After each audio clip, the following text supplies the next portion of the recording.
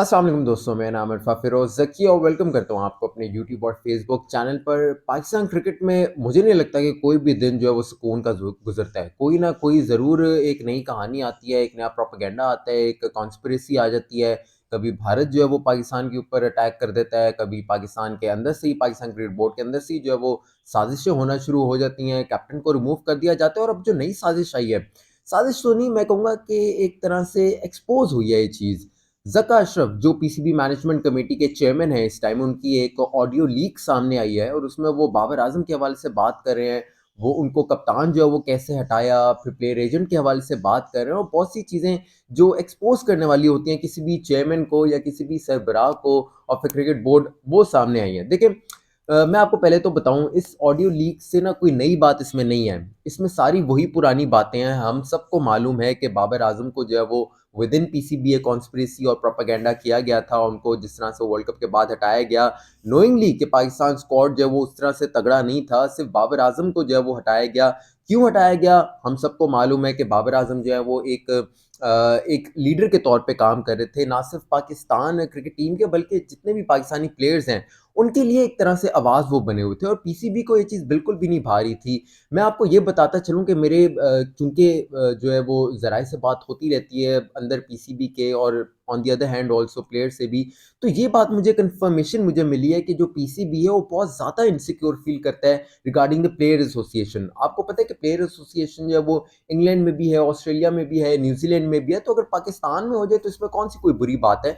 Player association का जो है वो काम ये होता है कि जो भी प्लेयर के मसाइल होते हैं रिगार्डिंग द कॉन्ट्रैक्ट हो गए या कोई भी पेंशन के हवाले से मसाइल हो सकते हैं, कोई कोई मसाइल हो सकते हैं, उसके हवाले से कुछ भी मसले होते हैं, तो ये प्लेयर एसोसिएशन जो है वो स्टांस लेती है प्लेयर के लिए और फिर वो बोर्ड के सामने अपना जो है वो एक केस रखती है। यानी कि एक प्लेयर को एक वकील के तौर पे एक आम अल्फाज में आम भाषा में कि प्लेयर को जो है वो वकील मिल जाता है प्लेयर एसोसिएशन के नाम पे। लेकिन जो पीसीबी है बहुत ज़्यादा इस चीज़ से डरता है, बहुत ज़्यादा इनसिक्योर फ़ील करता है और ना सिर्फ़ ये, मैं कहूँगा कि ये चेयरमैन की प्रॉब्लम नहीं है, नजम सेठी की प्रॉब्लम नहीं है, ज़का अशरफ की प्रॉब्लम नहीं है, रमीज़ आजा को मैं ज़रूर कहूँगा कि उन्होंने प्लेयर एसोसिएशन के हवाले से जो है वो सीरियसली सोचा ज़रूर था उन्होंने, उनको कोई प्रॉब्लम इससे नहीं थी। लेकिन नजम सेठी और जो ज़का अशरफ है, इनको ज़रूर प्रॉब्लम है, लेकिन कोई एक अंदर अनासिर या कोई एक बंदा ज़रूर है पीसीबी में जो ये कहते हैं ना कि बार-बार जो है वो एक उँगली कर देना कि जी प्लेयर एसोसिएशन ना हो, प्लेयर एसोसिएशन ना हो, खुद पीछे रहता है तो आगे चेयरमैन को कर देता है।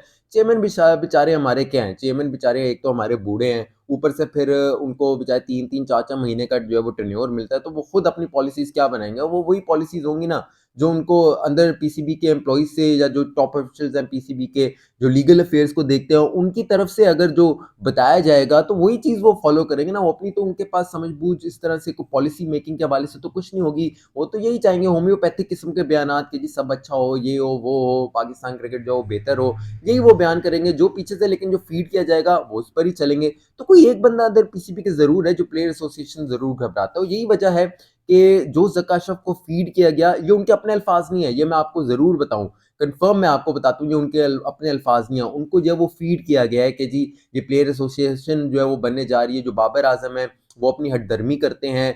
जो मोहम्मद रिज़वान है, वो चूँकि बाबर आज़म, ये जो साया कॉर्प्स है, जिनको तलहा रहमानी हेड करते हैं, चूँकि मोहम्मद रिज़वान जो है वो उसी प्लेयर एजेंट के अंडर जो है वो काम करते हैं, तो इसलिए मोहम्मद रिज़वान को भी जो है वो नई कप्तानी जो है वो देनी चाहिए और ऑब्वियसली देखें, नहीं दी गई। लेकिन आपको एक सवाल यहाँ बनता है बहुत बड़ा। सवाल ये बनता है कि जी साया कॉर्प्स ने ये कर दिया, साया कॉर्प्स ने ये कर दिया, तलहा रहमानी ने ये कर दिया, तलहा रहमानी ने वो कर दिया, प्लेयर्स को जो है वो बिगाड़ के रख दिया है, उनकी अब अपनी जो है वो आवाज़ एक तरह से बन गई है, जो तलहा रहमानी कहता है वो ही जो है वो प्लेयर्स करते हैं। देखें, जो पाकिस्तान का जो वर्ल्ड कप स्क्वाड यही था ना, रिसेंट पाकिस्तान का वर्ल्ड कप स्क्वाड था, उसमें जो 8 से 9 प्लेयर्स जो थे साया कॉर्प्स के, जो अंडर वो काम करते हैं, क्या ये आपसे मैं पूछता हूँ, क्या वो मेरिट पे नहीं सिलेक्शन हुई? क्या शाहीन अफरीदी की मेरिट पे नहीं हुई थी, बाबर आज़म की नहीं हुई थी, मोहम्मद रिज़वान की नहीं हुई थी, मोहम्मद हारिस की नहीं हुई थी, ज़मान खान की नहीं हुई थी, अबरार अहमद की नहीं हुई थी, वसीम जूनियर की नहीं हुई थी? क्या इनकी जो सऊद शकील है उनकी नहीं हुई थी? क्या इन प्लेयर्स की जो है वो मेरिट पे सिलेक्शन नहीं हुई?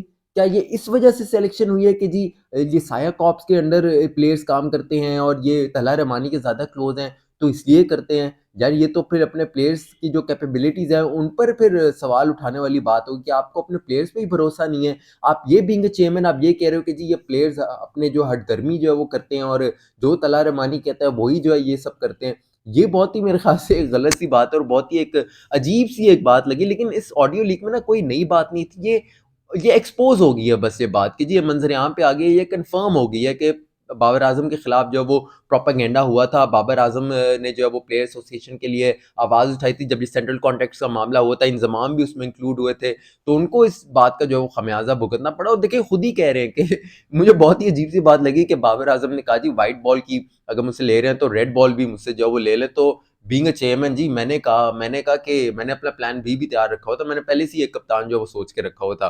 तो ये बड़ी अजीब-सी मुझे बात लगी कि यार आप अपनी प्लेयर के अगर आपके कप्तान को आपका बोर्ड ही अगर नहीं सपोर्ट करता तो फिर यार बीसीसीआई से तो आप ना ही तवक्को रखें या क्रिकेट ऑस्ट्रेलिया से तो आप ना ही तवक्को रखें।